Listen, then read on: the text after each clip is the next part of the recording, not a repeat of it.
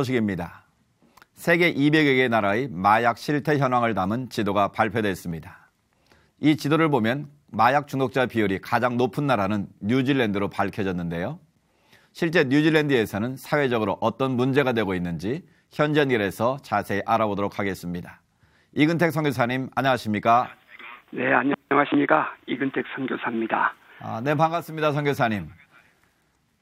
전 세계 어디나 이 중독은 사회적 문제인데요.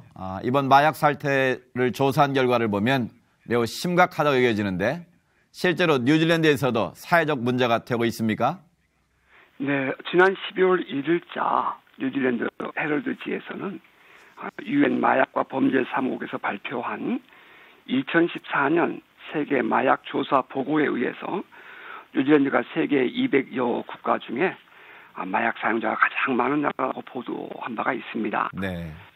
뉴질랜드에서의 마약 중독자는 인구 100만 명당 14,392명이었고 이란과 호주가 그 뒤를 이었습니다. 뉴질랜드 헤럴드지에 의하면 이러한 통계는 국가마다 조사 방법이 다르고 또 통계를 보고하는 방법이 다르기 때문에 네. 국가들의 조사 내용을 동일선상에서 같이 비교하는 것은 적절치 않다고 지적하기도 했지요. 네. 하지만 그럼에도 불구하고 뉴질랜드의 마약 실태를 살펴보면 이곳에서 가장 많이 사용된 마약은 마리화나라고 불리는 카나비스였습니다. 네. 가장 최근 통계로 언급된 2007년 통계에 의하면 뉴질랜드에서의 카나비스 중독은 14.3%였고요. 18.6%의 아일랜드와 14.8%인 미국 다음으로 높은 수치였습니다. 그렇군요. 또 그 외에도 엑스타시 중독이 호주 다음으로 높았고 네. 또 처방전에 의해서 사용되는 향정신성 약품이 6위에 올라 있었습니다. 사실 선진국일수록 각종 중독의 사회가 몸살을 앓고 있는데요. 뉴질랜드에서 이렇게 마약 중독비율이 높게 나온 이유 어떻게 진단할 수 있을까요? 국민들이 이 마약에 쉽게 노출되는 이유를 흔히 사람들은 그들의 경제적인 문제나 가정 문제 혹은 사회생활 등 개인 문제로 접근하는 경향이 참 많습니다. 그런데 네. 사실은 그것보다는 뉴질랜드에서는 사회 구조적으로 마약을 접근할 수 있는 기회가 너무 쉽고 또 많다는 것이 문제라고 하겠습니다. 그렇군요.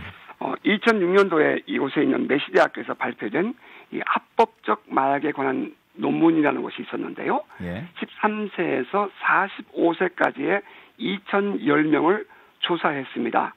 그 결과 지난 1년 동안 마약의 유혹을 받은 사람이 약 20%라고 했고요. 예. 그리고 실제로 마약을 사용한 사람이 17%나 되었다고 합니다. 그렇군요.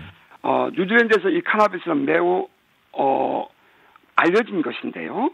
이미 1975년부터 불법으로 규제되었지만 그 원료인 양귀비를 재배하는 것이 불법이 아닙니다. 네. 따라서 사람들이 쉽게 카나비스를 구할 수 있다는 것이 문제라 하겠습니다. 한 예를 본다면 한 마을 안의 사람들은 그 카나비스를 제조해서 이웃들이 함께 나누어 피우기도 하고요. 예. 또 갱들이 모여 사는 그런 마을에서는 매우 일반적인 일들이 되어 있습니다.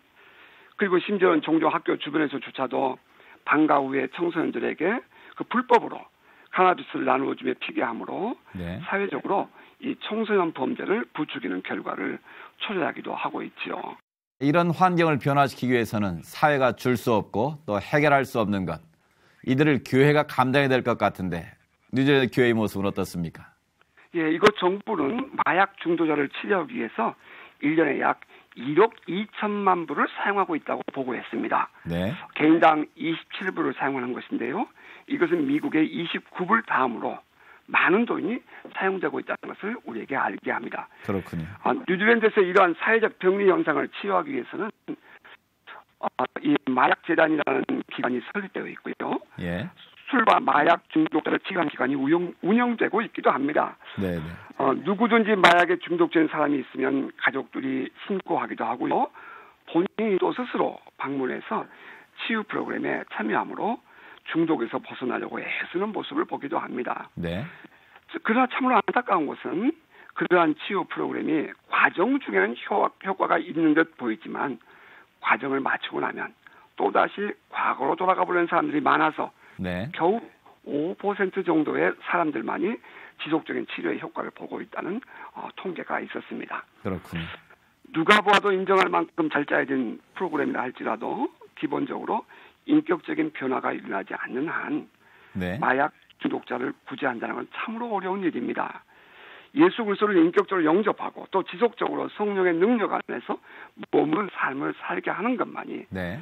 그들을 구원해낼 수 있는 유일한 길이라고 생각합니다. 네. 그러한 의미에서 교회는 그러한 사람들을 좀 더 적극적으로 품어주고 기도하고 그들을 도와주어서 마약 중독으로부터 벗어날 수 있도록 끝까지 돌보아주는 사역을 해야 합니다. 네. 네. 위에서 기도해 주십시오. 이 땅에 마약 중독이라는 어두운 그림자가 물러가고 그리스도 안에서 성령의 바람이 불어서 네. 지난날 세계 선교 1위 국가의 이름을 회복하고 이 땅에 하나님의 부흥이 다시 일어날 수 있도록 기도해 주시기를 바랍니다. 선교사님 말씀 듣고 보니 마약 문제가 보통 일이 아닌 것 같은데요. 허탄한 마음이 있는 그 자리에 예수 그리스도의 사랑이 가득 채워질 수 있도록 많은 도움이 필요할 것 같습니다. 선교사님 말씀하신 대로 뉴질랜드가 다시 복음으로 거듭날 수 있도록 저희도 함께 기도하겠습니다. 선교사님 오늘 소식 고맙습니다. 네, 감사합니다. 평안하십시오.